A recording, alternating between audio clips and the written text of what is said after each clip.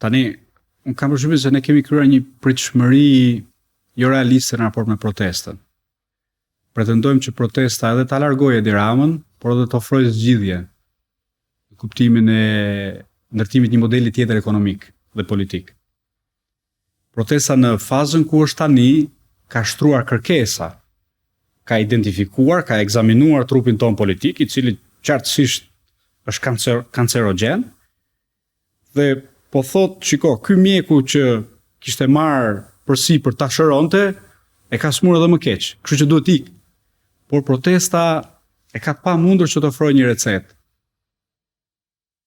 Pse? Sepse është një grupim njerëzish që ka emëruar përbashkët vetëm largimin e qeverisë, edhe zhbërjen e këtij modeli politik dhe ekonomik.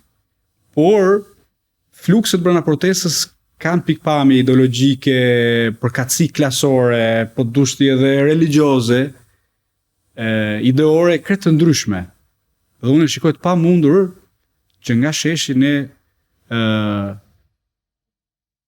të shkojmë drejt materializimit një force politike. Nëse Rama refuzon të largohet, atëherë çfarë zgjidh protesta? Sepse nuk do t'i përfaqësonte, edhe sikur ta bëj, dhe ka gjasa ta bëj, do të ndodhë. Pra unë besoj që protesta do të prodhojë një ose dy parti politike.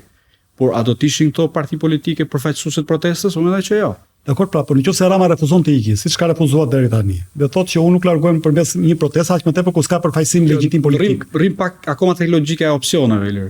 Opsioni tjetër do ishte që protesta shkakton një tronditje të madhe në partitë ekzistuese politike, në Partinë Demokratike, por edhe partitë e reja, sepse edhe ato qartësisht duken që janë papranueshme për qytetarët, jo për shkak se kanë ndonjë anomali në vetvete, por se eksperienca jonë ka treguar në shkuarën që nëse mbështetet një ose dy individ, shpeshherë idealet e protestës tradhtohen kështu më. Pra ka një mungesë të madhe besimi mes kësaj proteste që ka natyrë horizontale dhe shfaqjes së një leadershipi të mundshëm.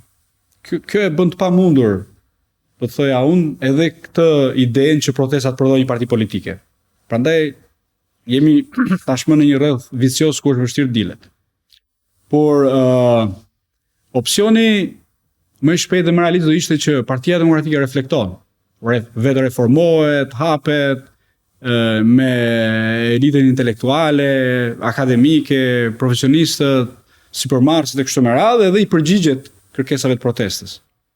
Deri tani kjo nuk duket që po ndodh. Ndërkohë kemi zgjedhjet lokale vitin tjetër. Çka e bën në optikën time të nevojshme bashkërendimin e çdo faktori politik opozitar. Format, modalitetet duhen eksploruar. Ju jeni pjesë e forumit të dialogut politik që po mundohet të ndërmjetësojë ndërmjet faktorëve opozitar. Keni pasur sukses deri tani? Premisa themelore e jona ka qenë kjo që nëse opozita mbetet e përqar, kur flasim për opozitën nuk flasim vetëm për Partinë Demokratike dhe partitë tjera politike, por edhe për faktorë tjerë civil, të cilët qartësisht nuk dakordsohen në mënyrën se si qeverisë Edi Rama. Pra, premisa jonë themelore ka qenë kjo që nëse opozita është e përqar, nuk mund të vinë pushtet. E këto e tregojnë rastet historike. Shikoni, në Serbi për shumë kohë është bën protesta edhe më madhështore se në Shqipëri, mirë po opozita është e përqar dhe e ka pas pamundur që të realizojë rotacion politik.